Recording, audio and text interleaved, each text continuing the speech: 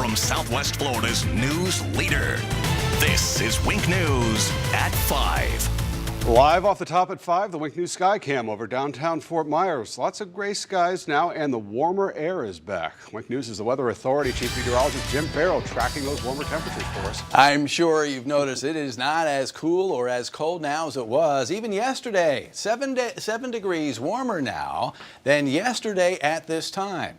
We're back in the 70s finally, 74 degrees outside now, and it gets even warmer as we work our way through the week. But first up this evening, if you're going to be out, it'll stay cloudy. It should remain dry, but temperatures are back into the mild category of 70s, and they will stay there for several hours this evening. Looking ahead, finally, temperatures are going to be above average, 10 degrees above average by later in the week. I'll tell you more on what to expect for afternoon temperatures when I come back.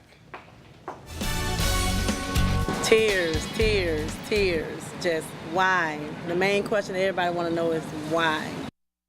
A breaking Wink News exclusive at 5, an arrest in a murder case. And now the victim's family wants to know why their son was gunned down. Fort Myers police arrested 25-year-old Frank Brown today. He's accused of killing Teddy Bell. Bell was gunned down outside his family's home last August. Only Wink News reporter Chris Grisby talked to the loved ones he leaves behind.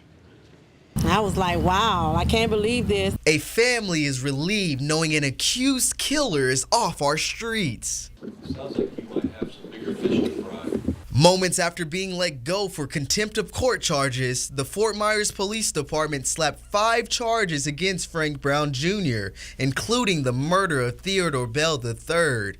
Bell was shot and killed footsteps from his father's home in August. Don't cry now. You say you happy. Don't cry. And as detectives broke news of the charges to the family, a sense of gratitude hit each member one by one. Now my baby can probably finally rest in peace. I can rest in peace a little bit.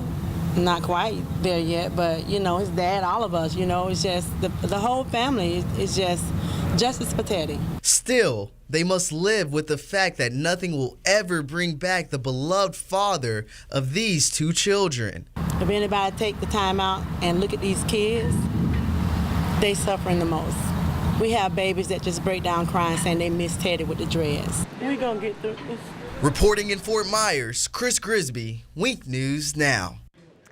Brown also faces second-degree murder and weapons charges. He is due in court February 12th. Breaking new details just released about a Southwest Florida doctor accused of sexually assaulting his patients. In the last 90 minutes, the sheriff's office released its arrest report on Dr. Asif Choudhury. We're now hearing that it's not the first time he has faced these allegations. His co-workers accused him of assaulting more than a dozen unconscious female patients in 2012. He's also accused of touching at least 2 more this year at Riverwalk Endoscopy Center. Choudhury claimed the acts were part of his colonoscopy technique, but other medical professionals haven't bought that. He bonded out of jail this weekend. Also breaking at 5 o'clock, a dry cleaning business cleaned out by a vehicle. Just this afternoon, a car drove right into the storefront. This is in the plaza near the intersection of Summerlin Road at Winkler. Wink News reporter Nicole Valdez live on the scene now. And Nicole, the car is out of the building now. Yeah, Chris, you can see that behind me. Crews finally able to remove that car from inside the building, and you can also see the path it took, driving straight through those bushes and right through the front door. And then again, you can see inside there, it's now pretty much destroyed, but it's not just the cleaners that are now cleaning up this mess. This blue BMW made it all the way into the hair salon next door. We went inside before crews got that car out, and you can see right there, it's lodged between the wall of each of those 2 businesses. Now, employees tell me they were inside that salon working on customers when they heard a huge bang. They saw their stations and mirrors fly off the walls, and that car stopped just inches away from some of them. I don't think she should have been driving, and she was driving maybe way too fast for that to happen. She could have killed all of us. And business owners here are now trying to clean up the mess. You can see people arriving here behind me and taking photos for their insurance as well. We still haven't gotten any updates on the driver's condition, but we have heard at least 2 people inside the salon were taken to the hospital for minor injuries. Live in Lee County tonight, I'm Nicole Valdez, Wink News Now. Right now, a man who once protected you is standing trial for molesting 2 girls. The trial of former Naples police officer Ricardo Vasquez Jr. started today. Victims took the stand to testify. Wait News reporter Olivia Mancino is live inside the Collier County Courthouse with the details. Olivia. Well, Lois, court just wrapped up for the day after 2 pretty lengthy interviews of the 2 victims in this case. Now, the defendant, 39-year-old Ricardo Vasquez, is a former Naples police officer. We dug deeper into his background and learned he eventually resigned from the department after being disciplined multiple times.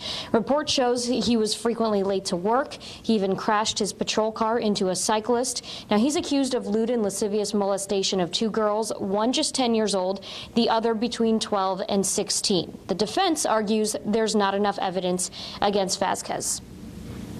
So, ladies and gentlemen, as you're listening to the evidence for the next few days, I also ask you to be mindful of all the evidence that you're not hearing, the evidence that you're not seeing. And if you do that, I'm confident that at the end of this trial, you'll find that there is reasonable doubt and find Ricky Vasquez not guilty. Now, of course, the state argues there is indeed enough evidence, citing that they found some pornography on his personal computer. We should also mention that these charges were brought against him after he resigned from the Naples Police Department. We're live from the Collier County Courthouse. Olivia Mancino, Wink News Now. Olivia, thank you. Right now, a bank robber on the run after a morning heist. Take a look. Cape Coral investigators say this man held up the Bank of the Ozarks near Pine Island Road, right off of Hancock Bridge Parkway. It happened about 10 o'clock this morning. Police say the bank robber took off in a blue 4-door Dodge pickup. He claimed to have a gun, but he didn't show it, and we're glad to tell you nobody was hurt. 2 people are recovering after a shooting in Fort Myers. Only Wink News was there as detectives took a gun into evidence. It happened along Maple Avenue near a condo complex between Royal Palm and Central Avenues. Fort Myers police spent hours going door to door speaking with neighbors. They say there is no danger to the public, but they have not made any arrests. New video, thieves prey on a family moving into a new home. Surveillance from Crime Stoppers shows the crooks inside the North Naples home last month. Look at opening drawers, just rifling through whatever they can find. They rummaged through the new homeowner's belongings, stealing whatever they could get their hands on. Investigators say at least one of the men was armed with a handgun. If you recognize them, call Crime Stoppers, 1-800-780-TIPS. Decisions you make today could save your life in a future crash. After a weekend of canal crashes, the Collier County Sheriff's Office shared this video. It shows ways to escape your submerged car when your family's inside and you're stuck in the water. This comes on the heels of a mother and 2 children dying after their car crashed in Immokalee.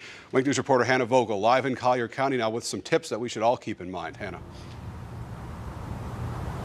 The crash over the weekend is a reminder for all of us here in Southwest Florida, and local responders want to get this message across. Drivers do have the power to stop a scary situation from turning deadly. Think about being in the water. That's never happened. No. A mother and 2 of her children died when they crashed into a retention pond over the weekend. And this is a scenario everyone wants to avoid, sitting in a sinking car with less than a minute to act before you're underwater. It's going to be scary, you know. But local responders say there are ways to prevent the situation altogether. A lot of the cases that we see are people making poor choices, talking on the cell phone, doing things that they shouldn't be doing while they're driving. It starts with following the basic rules of the road, because if you're distracted, it just takes a second to veer off. Plus, with the miles of canals in our area, responders say paying attention is crucial. Having awareness and knowing your surroundings is key.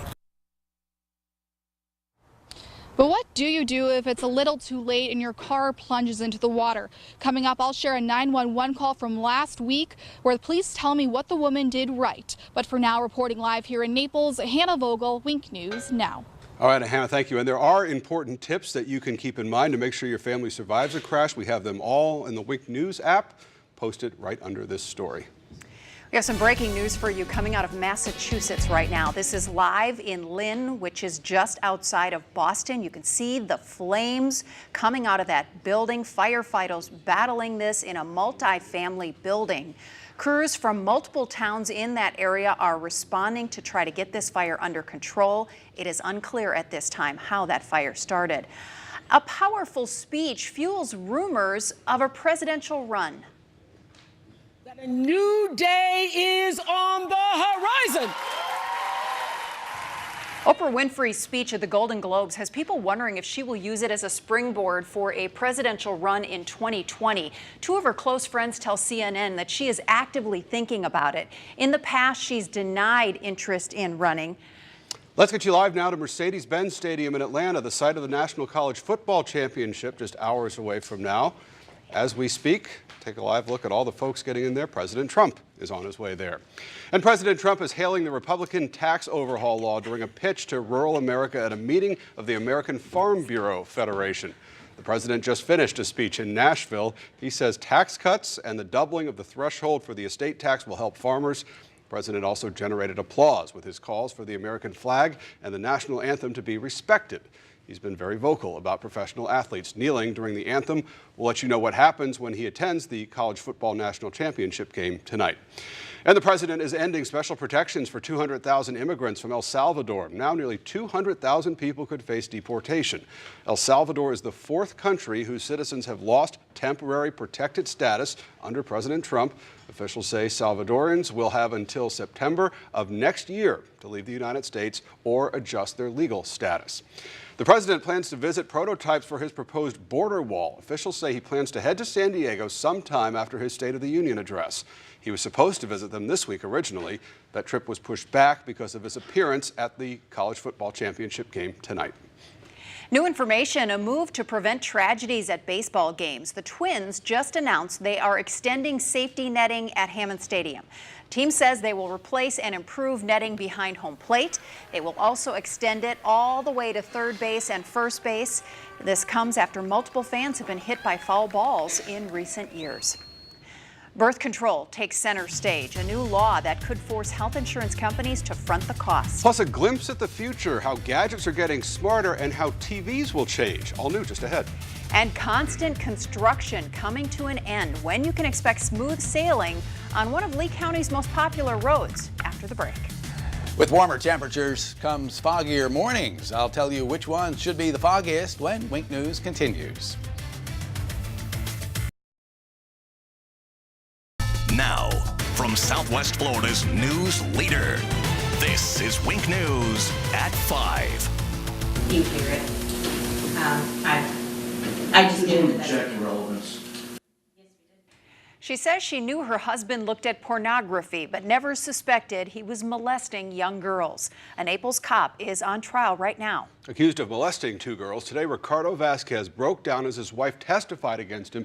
You can see him here wiping away the tears. Wink News reporter Olivia Mancino covering the former police officer's trial. She joins us live now from Collier County. Well, as you mentioned, today is the first day we really saw or heard any emotion from the accused, Ricardo Vasquez. He started crying when his wife took the stand. Now take a look at that video again. He actually cried a few times. First, when his wife was talking about their anniversary plans that never happened because he was arrested. He also broke down when he heard the audio recording of investigators questioning him in 2016. Now remember, he's accused of molesting two girls between the ages of 10 and 16, and they say the abuse started with him constantly asking to have his back tickled, but then it escalated. Vasquez denied those allegations in his 2016 interrogation. I kind of scratch my back like any dad would have, if you're itchy or, but, nothing inappropriate. Also on the witness list today, multiple investigators from the Collier County Sheriff's Office. You can hear more of their testimony coming up in the Wink News at 6. We're live inside the Collier County Courthouse. Olivia Mancino, Wink News Now. All right, thank you very much, Olivia. Breaking in the last 5 minutes, a judge in Tallahassee just permanently blocked enforcement of a 24-hour waiting period for abortions. That was passed by the legislature and signed by Governor Rick Scott in 2015. The judge called the waiting period unconstitutional. We'll bring you more information on this as we get it. Horrifying new details just released in a robbery that took a deadly turn. Witness statements say Edwin Randall and another man fought with each other while trying to rob a Charlotte County home. Randall was arrested in Broward County on a murder charge. Police say Randall shot and killed Charles Williams during the scuffle inside this house in Englewood. Randall was on the run for about 5 months before authorities caught up with him. Stand your ground denied. Cape Coral native Ryan Doyen won't have his murder charges thrown out. A judge handed down the decision today. Doyen claims he shot Roy Pike in self-defense last May. He says Pike pointed a gun at his face while robbing him. The judge says the facts of the case don't support that claim. Doyen's due back in court tomorrow. Honoring a gentle giant. Today, Norm Lewis's brother and mother stood over his picture 1 year after he was killed in action. He died during a search for Markeith Lloyd in Orlando. Police say Lloyd shot and killed Officer Deborah Clayton outside of a Walmart when she was trying to arrest him. Today, Orlando police honored the two fallen officers with a processional. The Lewis and Clayton families were there. Lloyd is in jail right now. He faces murder charges. Breaking right now, 6 people killed by mudslides. About 21,000 people are under mandatory evacuation orders. Rescue crews are keeping busy. Video shows a 14-year-old being carried out on this stretcher. Workers saved her from underneath a home overtaken by dangerous mudslides in Santa Barbara County. Wink News has a live report from that area coming up at 5:30. More breaking new developments here in the last 30 minutes. Breitbart News confirms that Steve Bannon is stepping down from his post as executive chairman. Bannon faced backlash for comments in the controversial new book, Fire and Fury. The president has lashed out for Bannon's comments in that book, which question the president's fitness for office.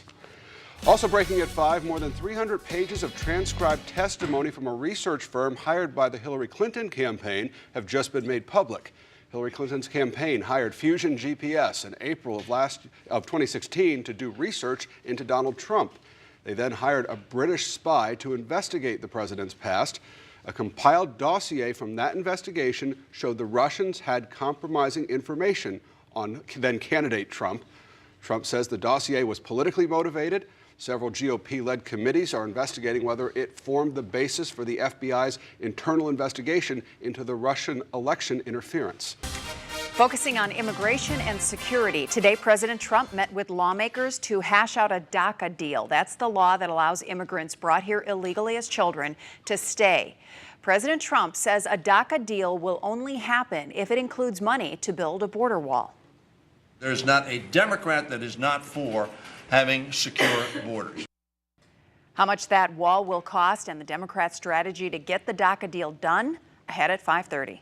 The toxic green gunk may not come from where you think. All that stuff in our water. A new study contradicts the misconception that these toxic green algae blooms are caused solely by the discharges from Lake O. Florida Atlantic University tested water samples from these blooms in the St. Lucie estuary on the East Coast. They found evidence of human wastewater from septic systems to be the major cause. They say a combination of fresh water from Lake O and the wastewater created a perfect storm reaction. Researchers who worked on the study say they expect these toxins to expand with global climate change. Hurricane Irma wreaked havoc on Southwest Florida schools. It damaged buildings, it destroyed furniture and equipment, and the repairs came at a hefty cost. Wink News reporter Nicole Valdez is live at the Lee County School Board building with the plans to get the district reimbursed. Nicole. District officials say this storm cost them more than any other hurricane in history, running them more than $25 million in damages, but it could take years for them to get that money reimbursed. Now, the worst and priciest damage was done to roofs of a number of their schools. They say each one of those can cost between $1.5 to $3 million to replace. And so far, they say about 90% of the repairs are done, but the district says they've had to pay those hefty bills with money from their budget and now have to wait like everyone else to be reimbursed by their insurance companies and FEMA. And with the amount of claims being made all across the state, officials aren't confident they'll start seeing that money anytime soon. Now, we asked if the burden of paying those high costs could affect your child's education. And that's exactly why we have reserves and contingency in place in order to handle situations such as these. But it is true, depending on how long we have to wait for reimbursement, it is an impact to the budget. And school leaders say they will be meeting with FEMA for the second time tomorrow to continue that process of reimbursement. Coming up at 6, what board members say they want fixed before the next hurricane season. Live in Lee County, I'm Nicole Valdez, Wink News Now. Nicole, thank you. New details. 2 people seriously hurt after a minivan slammed into the back of a school bus. Troopers say Robert Call rear-ended the bus this morning on Lee Boulevard near Gunnery Road. No students were on the bus at that time. Troopers ticketed Call for careless driving. Grand plans didn't quite make it to the green. A controversial golf course sits untouched right now after a developer pulled out of a deal to build new homes there. The Wink News drone shows the neglected course as it is, browned out grass, lots of overgrown trees there. This is right between Country Club Boulevard and Palm Tree Boulevard in the Cape. Wink News reporter Brooke Schaefer live there for us now with a look at some of the options the city's considering now. Brooke. Chris, a new memo from the Cape Coral City Manager outlining some of those possibilities for the old Cape Coral Golf Course. In it, it recommends that Cape City Council discuss their options later this month. It's a conversation that has neighbors here saying it's about time. Overgrown weeds and untouched land have plagued the old Cape Coral Golf Course for over a decade. Neighbors like Barth Wolf have watched the land stay like this since 2006. And they're okay with that. This is really a pretty special place in Cape Coral. It's very unique. We don't have property like this in the city. And now a memo from the Cape City Manager is bringing the conversation about what to do out here to the forefront. It's been 12 years we've been dealing with this issue in the city, so it's about time to finally get a resolution. The memo to the Cape Mayor and Council outlines two options for the old golf course. Either approve residential development and bring in 500 single-family homes, or buy the property for $12 million. Something neighbors like Wolf say is exactly what they've been fighting for. I mean, a year ago we were all about trying to keep D.R. Horton from putting in 700 homes. That was defeated. Now the current owner may try and come forward with another proposal, but at least the city is now talking about options to go forward. And in that memo, the Parks and Rec Department says some options out here would be maybe an amphitheater or a butterfly garden. Well, I talked to the mayor and some council members about what they want to see done out here at the old Cape Coral Golf Course. I'll have their conversations coming up all new on Wink News at 6. For now, live in Cape Coral, I'm Brooke Schaefer, Wink News Now. All right, thank you very much, Brooke. Right now, the governor is focusing on saving you money and supporting law enforcement. In his final State of the State today, the governor said he wants to fight new taxes by requiring a vote by a 2/3 majority of the legislature in order to approve a tax increase. We want 2018 to be the year that Florida voters pass a constitutional amendment that makes it harder for politicians to raise taxes. He also wants to spend $53 million to help fight the opioid epidemic in the state and address sexual harassment at the state capitol. Well, should you get pulled over for texting and driving, lawmakers are expected to decide this session if police would have that power. Right now, you've got to be doing something else illegal to get cited for it.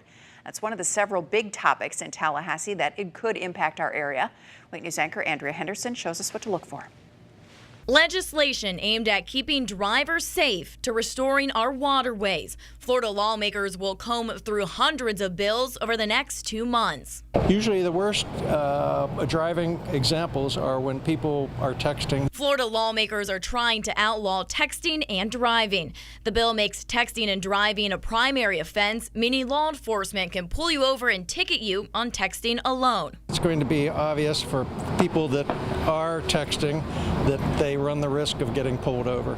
In Southwest Florida and around the state, our waterways are a way of life. We need to do something with the water so that our water stays clean. That's real important because we live on our water down here. A proposed bill would dedicate $100 million to the Florida Forever program. This bill would help with efforts to restore the Everglades. In addition, Governor Rick Scott already committed $50 million in his budget this year to help repair the Herbert Hoover Dike around Lake O. Other bills are aimed at your health as lawmakers try to battle the opioid epidemic. Senator Lizbeth Benaquisto of Fort Myers introduced Senate Bill 8 to regulate prescriptions. Something has to be done, you know. The trouble went on so long that we had to do something to fix it. Governor Scott also proposed $53 million in his budget for substance abuse treatment. Andrea Henderson, Wink News Now. And last year, lawmakers proposed 3,000 bills between the House and the Senate. Only 230 became law. Helping to feed families who need it the most. How restaurants are teaming up with the Harry Chapin Food Bank ahead of the Wink Feeds Families Hunger Walk. Plus. Sounds like Big Brother watching. Concern over how police are catching criminals. Naples is asking for more cameras to record intersections. Why they argue it's not an invasion of your privacy. Look at the low clouds obscuring High Point Place, downtown Fort Myers this morning. Low clouds. Weather Authority. Wet weather off the top at 5. Rain popping up in Collier County right now. Wink News is the Weather Authority, and Chief Meteorologist Jim Farrell is tracking the rain right now. Well, it's been a while, but we do have rain and a couple of isolated thunderstorms embedded in these rain areas that are tracking from east to west right now. And as you can see, yep, we've got some rain along the Collier County coast. It's been raining on and off around downtown Naples. Got some of that rain that's going to continue across the region, especially near the coast. So as these work their way offshore, they're going to be overlapping some of the more populated areas of southwest Florida and Collier County. So there's the rain from the coast, Naples through Radio Road, and as far south as Alligator Alley. Watching some of that rain as it continues. On the northern extension of that rain, we've got some rain along Goodlet Frank, so that could slow you down if you will be traveling along that road in the next few minutes. The other rain area of note is in inland southwest Florida, primarily in Glades and Hendry counties. Here's where the lightning is. So, Immokalee, get ready. This is tracking your way. You may not only have some rain, but some thunder and lightning as well. I'll have another radar update for you coming up. We'll talk about another chance for some dense fog when you wake up tomorrow morning. The four of them just walk around and they kind of cruise through the neighborhood like it's theirs. They don't care. A pack of bears terrorize a neighborhood, targeting trash for a midnight meal. It's a growing concern in this one neighborhood. In the same neighborhood, these bears were spotted. One attacked a man letting his dog out, and the only witness, his 7-year-old daughter. Katie, it's okay. I'll be okay. Is somebody else there with you to help you? Yeah, just my 7-year-old daughter. The attack happened late last night on Dreamcatcher Circle across the street from Gulf Coast High School. Wink News reporter Hannah Vogel is live there now with our top story. Hannah. The attack happened right here in this neighborhood. One neighbor I spoke to said she saw those same bears digging and rifling through those trash bins right there. And FWC tells me that's exactly what they want you to prevent. Actually, I let my dog out and walked outside. There was a bear there, and it attacked me. The real 911 call from a man who got swiped with a bear's paw after letting out his dog late Tuesday night. Are you bleeding? And I got a pretty bad slash on my face. Andrew Munier went to the hospital but has since been released. This is a very rare occurrence to have any sort of human injury from bears. This is actually the first incident in South Florida since we've been keeping records. The Florida Wildlife Commission says a bear injuring a human is extremely rare, but for this complex, seeing one isn't. I looked outside, there was 4 bears in the back of my house eating peanut butter and just like going through our trash. Christian Pugh says shortly after recording this video, one of the bears rushed towards him. It's important to be mindful of your trash, not put your trash out until the day it's going to be picked up. Secure the trash as much as you can. Florida Fish and Wildlife says they're looking to integrate more stable trash bins into communities like these. They tested them out at the Naples Zoo last year and they proved to be efficient. Reporting live here in Naples, Hannah Vogel, Wink News Now. All right, thanks very much, Hannah. Breaking news at 5, a new clue in the search for a bank robber. Cape Coral police released this sketch of the suspect. They say he walked into the Bank of the Ozarks Monday and demanded money. The bank is near Pine Island Road and Hancock Bridge Parkway. Police say he had what looked like cotton balls stuffed in his mouth to disguise his voice. He said he had a gun but did not show it. Now let's show you that sketch again. If you recognize this man, call Cape Coral Police. Also breaking at 5, Fort Myers 7-Elevens are the target of an immigration investigation. U.S. immigration agents descended on dozens of 7-Eleven stores across the country before dawn today.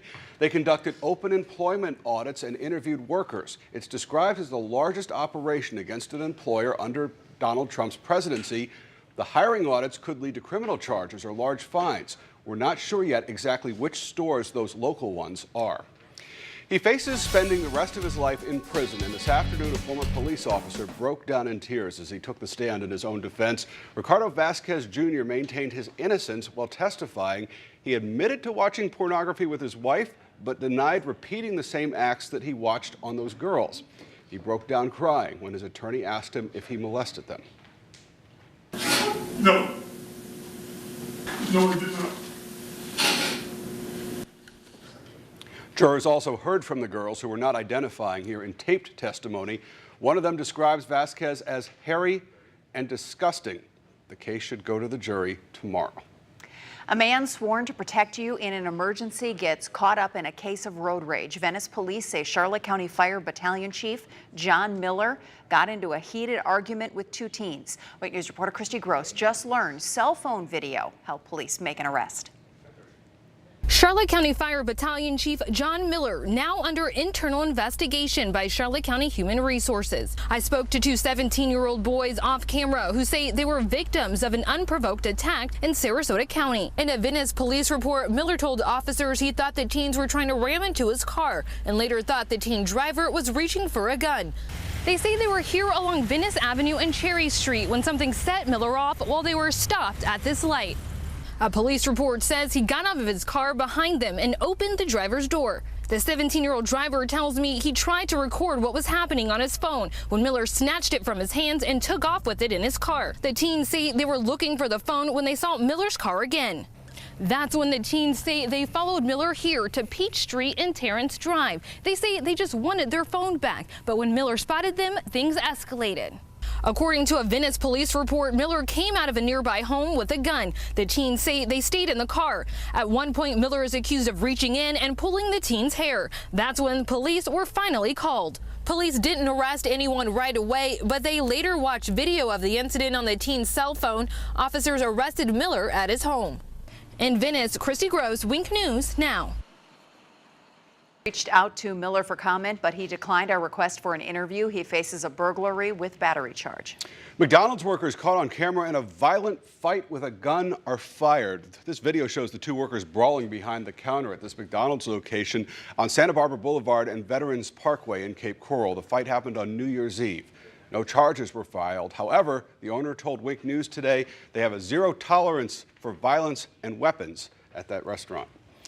Kicking off the year praising his administration's accomplishments, President Trump held his first cabinet meeting today. He also looked ahead to possible talks with North Korea and talked about U.S. libel laws. Wink News anchor Amanda Hall in the studio with the day's developments. And there are a lot of developments. President Trump called 2017 a year of monumental achievement. The president pointed to the tax overhaul and his record on reducing regulation.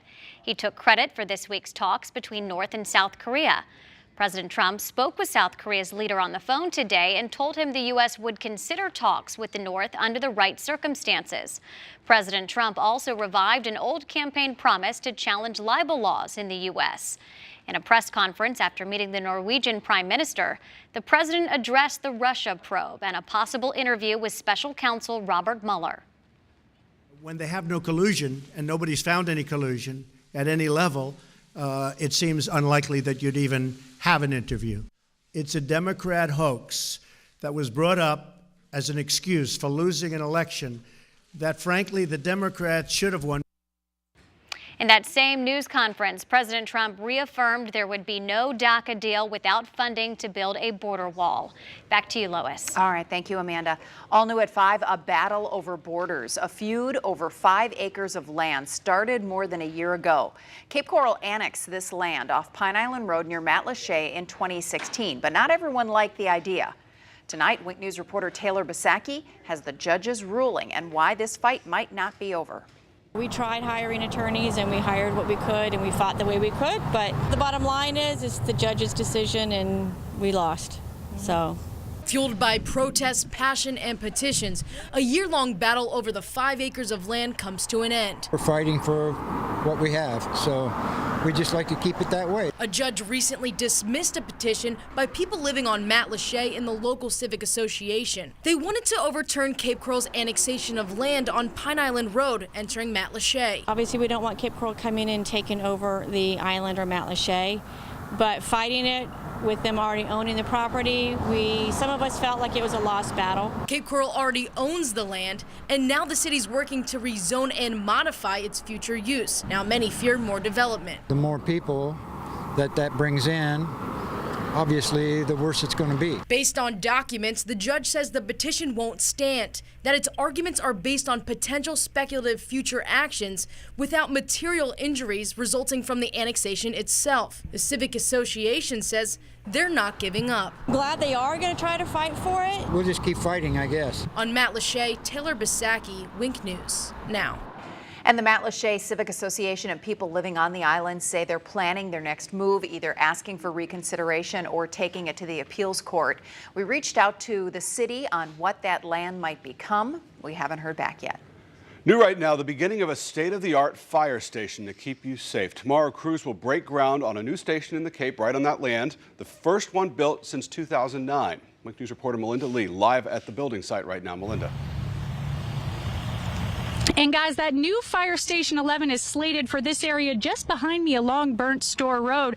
And you're seeing just behind the site the ongoing construction project to widen the road. And both of these projects are to accommodate that fast growing population in this area. Now, I spoke with Cape Coral Fire. They say the plan to add another station started 5 years ago. And last year, the city approved the nearly $4 million required to build station number 11 with funding from the Fire Service Assessment, or FSA. And that new station is going to include a 4-person fire engine, or ALS, with advanced life support unit to treat people in the area. And right now this area is covered by fire stations 7 and 8, so adding another station helps keep each fire district small, which means a quicker response time. When it comes to your life, you feel that every second counts, and they can always seem like an eternity, so the quicker we can get there, the quicker we're able to provide service, which just always makes people feel better. So the groundbreaking for that new fire station is going to take place here tomorrow. But tonight on Wink News at 6, I'm going to have more on what it means for the Cape Coral community. Live in Cape Coral, Melinda Lee, Wink News now. All right, thank you, Melinda. A renewed warning to watch what you click, how you can avoid getting scammed on your own computer. And practicing for a major catastrophe, the reason you'll see dozens of law enforcement agencies come together in a Fort Myers field. Stick around, I am tracking rain now, fog in the morning, and colder air by the weekend. The Weather Authority. Rain off the top at 5. You can see a little bit inland right now. Wake News is the Weather Authority. Chief Meteorologist Jim Farrell tracking radar for us. Yep, you called it, Chris. Inland showers at the hour. We were expecting this yesterday. And you can see generally, take a look at our Wink weather touchscreen. These are tracking off toward the north-northwest, which should keep most of this rain in inland southwest Florida. Had a few come by Arcadia. It looks dry in central DeSoto right now. Lake Placid, this is your rain, but it's to the west and staying there west of US 27. Second day in a row. There you go, Immokalee. Getting some rain here or nearby just to the east of downtown. Most of this stays to the east, but as you can see, this too is tracking off toward the north-northwest. That'll keep most of that rain over inland southwest Florida for the next couple of hours. Chance for a few showers tomorrow before it gets cold this weekend. I'll tell you what kind of temperatures to expect coming up. Jim, thank you. We have a breaking Wink News exclusive now. A major decision in the case of a former cop who shot and killed an innocent woman during a Citizens Academy demonstration. Former Punta Gorda police officer Lee Cole stood before a judge today. His lawyers fought for two things: moving his manslaughter trial for the killing of Mary Knowlton. He killed her during a shoot, don't shoot exercise. And his lawyers also fought to make sure his tainted past is not mentioned to the jurors. Only Wink News reporter Taylor Bisacki is live in Punta Gorda with the late-breaking developments. Taylor. No decision on moving the trial today, but the judge did grant the defense's wish. She mentioned that the Cole's previous incidents won't be mentioned during trial. Who? Lee Cole. No. Oh, yes. Does that ring a bell now? Now it rings a bell. Yeah, what a shame, huh? The defense is requesting Lee Cole's trial move to another county based on the large pretrial publicity of this case. This is clearly a case of enormous interest that hits every resident of this county personally. Former Punta Gorda police officer Lee Cole shot and killed 73-year-old Mary Knowlton at a Citizens Academy role-playing demonstration in August 2016. It's the state's position that this motion is premature or speculative at this time. Looking back at local cases, in 2009, the Gateway trial for double murderer Fred Cooper was moved from Lee to Pinellas County because of large pretrial media coverage. Very different cases, but both make similar arguments about jurors having bias. Exposed to having heard or read something about this case, almost 5 times per day, every day for that period of time. While there was no decision on moving the trial today, the judge agreed to keep this 2015 video of Cole's canine attacking a suspect out of the trial. Put your legs up! Mentions Broward County, that they want to take it there. Now, no word on if it will, but the judge does mention Lee and Collier County as good options. Live in Punta Gorda, Taylor Bisacki, Wink News Now. All right, Taylor, we'll follow that. Also breaking right now, a former cop accused of molesting 2 girls awaits his fate. The jury in former Naples cop Ricardo Vasquez's trial just finished deliberations for the day. They'll get back to it tomorrow. Wink News reporter Olivia Mancino live in the Collier County Courthouse now with the very latest for us. Olivia. As you mentioned, just about a half an hour ago, they decided they would have to come back tomorrow. This is after they began deliberations this morning around 11. Now, after deliberating for nearly 5.5 hours, the jury decided they needed to listen to some of Vasquez's testimony again, the testimony he gave while taking the stand yesterday. Now, the morning started off with closing arguments.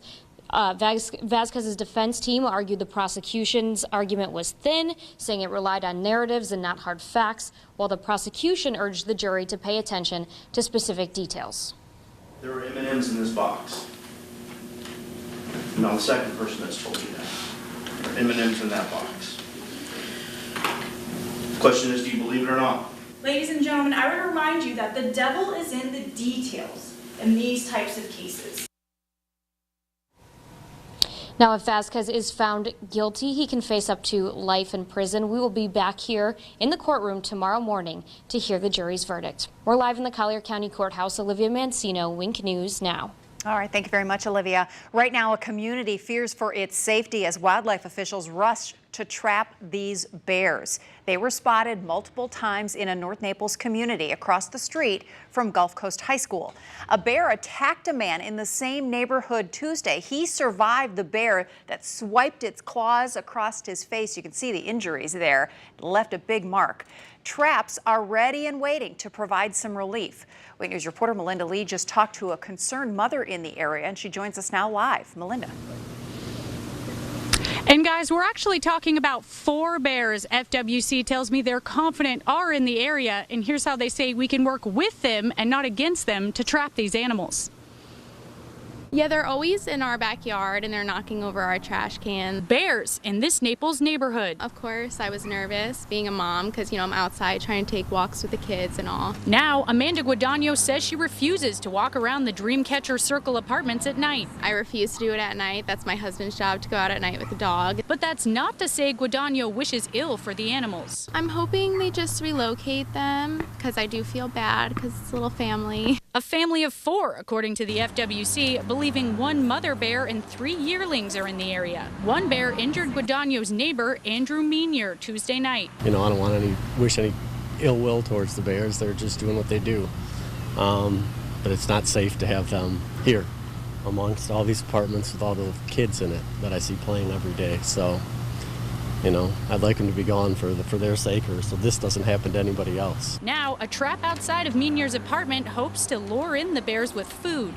In the meantime, FWC asks the public to keep their distance from the cage so the smell of human odor doesn't overpower that of snacks, and to secure trash since garbage is the reason they come here in the first place. Watch what your trash, make sure you're picking it up. I know it's hard because these trash cans don't have little locks or anything, but maybe lock them up, or we've been told to put ammonia on them. And again, if you do see a bear, FWC urges us not to approach these animals. Live in Naples, Melinda Lee, Wink News Now. Melinda, thank you. Some breaking news just in. A not guilty plea for a failed terror attack. Kayed Allah entered his plea today. He's still suffering from injuries when police say he set off a pipe bomb in the New York subway. It happened last month. He was the only person hurt in that attack. Authorities say he taunted President Donald Trump on Facebook before the attack. Prosecutors say he wanted to avenge U.S. aggression toward ISIS. A breaking new update on deadly airbag inflators. Ford wants you to stop driving your 2006 Ford Ranger right now. This comes after a man's death was linked to the faulty airbag. It's the second death involving a Ranger and the 21st worldwide. The company will make repairs at homes or will tow your truck to a dealer.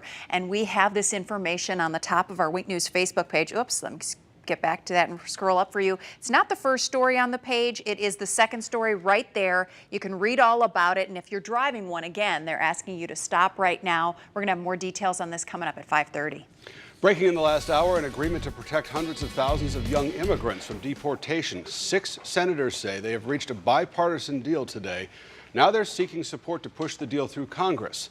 They say this deal also strengthens border security and revamps a visa lottery program. 32 murders in a matter of months. Puerto Rican leaders say they're investigating a surge in murders after Hurricane Maria. That puts the island on track for the most homicidal month in at least 2 years. Police have not made any arrests in the murders. The police chief resigned Monday after only a year on the job. Training for a terror attack. Simulations of mass casualty attacks played out right here in Southwest Florida today. You may have seen this. Part of Fort Myers was closed off to the public so that more than 20 law enforcement agencies could train in scenarios that could put your life at risk. In full gear with a complete arsenal, Fort Myers looked like a scene out of an action movie this morning. Wink News reporter Chris Grisby live where that training took place now for us. Chris. Hey, good afternoon, Chris. This Salvation Army played a mock laboratory for a terrorist attack where local officials as well as national officials, including the FBI and National Guard, came here to come and save everyone that was inside of this place as well as others around Southwest Florida. Hey, here. Like a scene out of an action movie. More than 200 men and women responding to mock attacks that could happen anywhere at any time. The entire thing is supposed to give them the ability to practice sort of a cascade, bringing in one agency after the other as the situation develops. From the FBI and National Guard, Come outside now with your hands up. to the Fort Myers Police Department, these agencies working side by side, learning how to handle an explosion on train tracks, dangerous chemicals, and hostage takers. We picked downtown Fort Myers because of the population density and the target hazards associated with being down here. With the use of actors portraying victims, first responders got a sense of the urgency and stress. I was a 24-year-old who had massive head injury. You could actually see my brain. And I was dead on sight. And command centers like this put to the test while firefighters switched from fire to biohazard suits. I think it's good for the responders to practice and to see that in some degree, just in case that does happen in real life.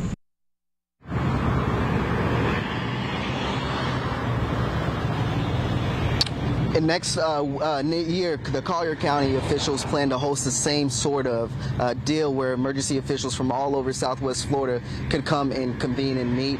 And as for traffic here, Fowler is now open, so you won't have any of that stop and go traffic that you saw this morning.